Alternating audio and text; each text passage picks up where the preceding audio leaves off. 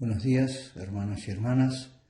Vamos a tener la tercera entrega acerca de la adoración. Y siempre hemos leído los 5 versículos de Juan 4, del 20 al 24. Nuestros padres adoraron en este monte, y vosotros decís que en Jerusalén es el lugar donde se debe adorar. Jesús le dijo: Mujer, créeme, que la hora viene cuando ni en este monte ni en Jerusalén adoraréis al Padre. Vosotros adoráis lo que no sabéis, nosotros adoramos lo que sabemos, porque la salvación viene de los judíos. Mas la hora viene, y ahora es, cuando los verdaderos adoradores adorarán al Padre en espíritu y en verdad, porque también el Padre tales adoradores busca, que le adoren.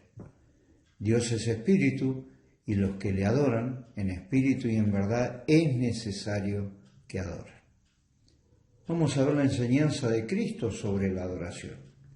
En este Juan 4, del 20 al 24, se relata la charla que tuvieron nuestro Señor con la mujer samaritana.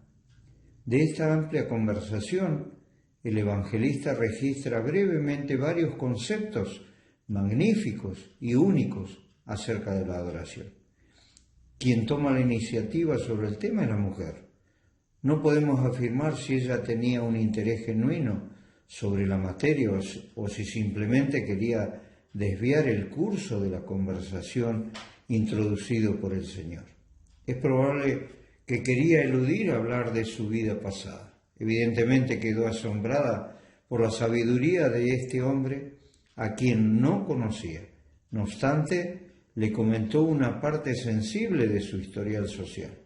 A partir de allí cambió el rumbo de esta conversación, pues le observó como poseedor de virtud y le reconoció como profeta.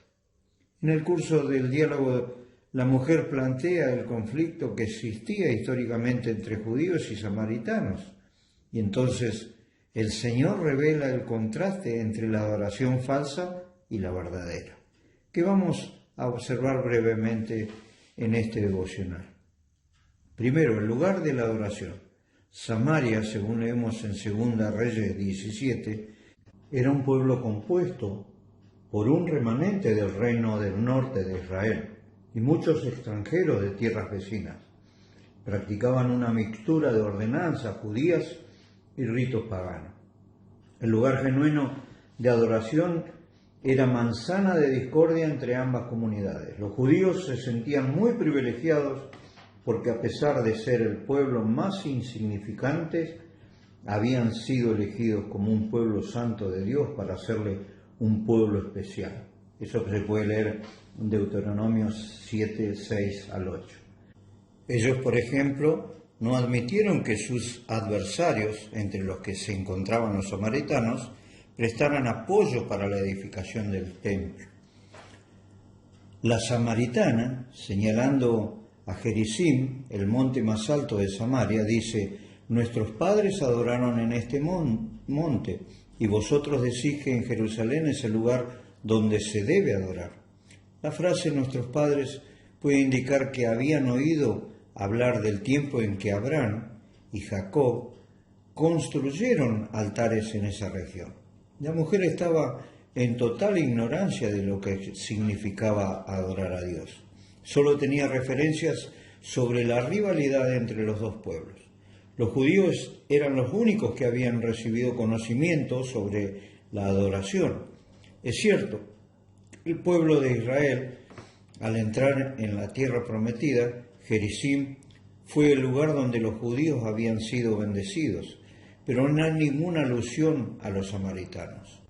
La mujer no se incluye entre los adoradores, simplemente se adhiere a la práctica de sus antepasados. La tradición samaritana creía en un texto de Deuteronomio 27:4, donde Moisés encargó a Josué la construcción de un altar de ladrillos en el Ebal, monte de Samaria, situado a unos 65 kilómetros al norte de Jerusalén, para adorar a Jehová. La instrucción del Antiguo Testamento indica que Sión era el lugar elegido por Dios. En el Salmo 132:13, Salomón dice: porque Dios ha elegido a Sión, la quiso por habitación para sí. En Isaías 27:13 agrega: los que habían sido esparcidos en la tierra de Asiria y los que habían sido desterrados de Egipto adorarán a Jehová en el monte santo en Jerusalén. La pregunta de la mujer era precisa: ¿Gerizim o Sión? El Señor le hace ver que el lugar no tiene ninguna influencia en la adoración. Así planteada la cuestión, el Señor va a poner fin a la disputa con una respuesta tan inesperada como asombrosa: mujer, créeme que la hora viene cuando ni en este monte ni en Jerusalén adoraréis al Padre. O sea, ni Gerizim ni Sión. De ese modo Cristo expone la inutilidad de ambos sistemas, declarando de hecho la falta de sentido de la antigua controversia, ni en este monte ni aún en Jerusalén. De la predicción del profeta pasa a la autoridad del Mesías. Del anuncio de caducidad del viejo régimen pasa a la instalación de un nuevo orden bajo la fórmula del nuevo pacto. Créeme, mujer. Evidentemente el Señor veía un alma necesitada y un corazón preparado. Por tanto, el Señor continúa aclarando el tema. Prosigue con una afirmación un tanto fuerte: vosotros adoráis lo que no sabéis. La ignorancia es uno de los obstáculos más comunes de la adoración frustrada. El Señor, a quien le interesaba la naturaleza de la adoración, debía demostrar la razón de su desconocimiento. Aunque adoraban al Dios verdadero, lo hacían de una manera imperfecta. Si pensamos que los samaritanos rechazaron los profetas, los salmos, los libros históricos y otra parte de la revelación, nos damos cuenta que su conocimiento de Dios era necesariamente muy limitado. Cristo agrega: nosotros adoramos lo que sabemos, porque la salvación viene de los judíos.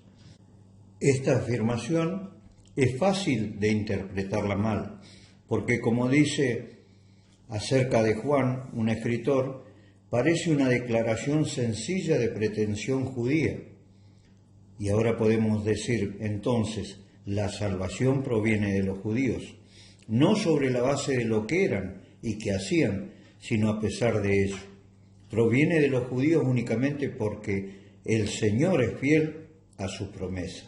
Los judíos tenían la ventaja de reconocer la revelación más completa de Dios, no solo el Pentateuco, sino también los profetas y todos los escritos que hay, y por eso debían saber lo que adoraban. El Señor habla de la salvación, no indicando que la gente se salvaba por seguir el ritual judío y rechazar el de los samaritanos. Ahora nos hacemos una pregunta: ¿quiénes pueden adorar? En el versículo 23, el Señor, ampliando lo dicho en el 21, avanza en el progreso de la revelación de la adoración verdadera, diciendo: mas la hora viene, y ahora es cuando los verdaderos adoradores adorarán al Padre en espíritu y en verdad, porque tales adoradores el Padre busca que le adoren. Estas palabras demuestran que mucho de lo que se llama adoración no es real, sea por ignorancia o por falsedad. La auténtica adoración no es cuestión de un lugar geográfico, sino de un vínculo especial con el Señor. Dios revela la inauguración de un nuevo orden, una nueva era o dispensación, en la que rigen instrucciones precisas para el acercamiento a Dios. La adoración cristiana está fundada en la posición de la vida eterna, y la morada del Espíritu es el poder de esta adoración. Solamente los verdaderos creyentes que han nacido de nuevo y poseen el don del Espíritu pueden ser adoradores. El auge del nuevo orden sería inaugurado en Pentecostés, con la venida del Espíritu Santo. Pero antes era necesario poner bases sólidas para implementarlo mediante un cambio de relación donde tendría una participación activa el Señor Jesucristo. Ya no habla en futuro, dice: la hora viene, sino en presente, y ahora es, cuando los verdaderos adoradores adorarán al Padre en espíritu y en verdad. Juan 1, 12 y 13 registramos la primera indicación.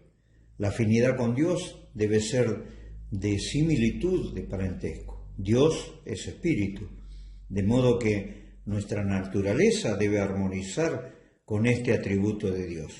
Debe haber un nuevo nacimiento de carácter espiritual, nacidos de Dios.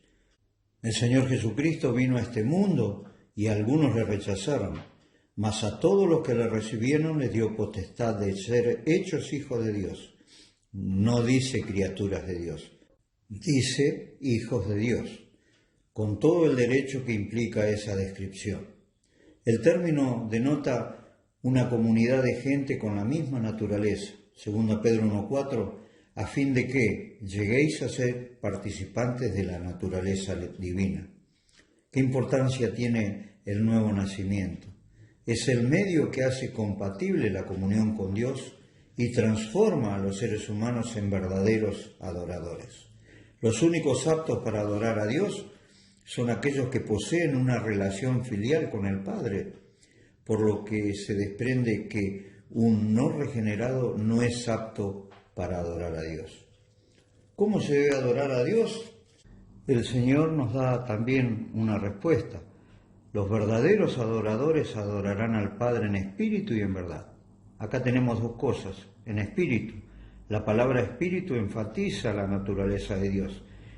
Como ya dijimos anteriormente, adorar en espíritu es tributar a Dios un culto que armonice con su naturaleza.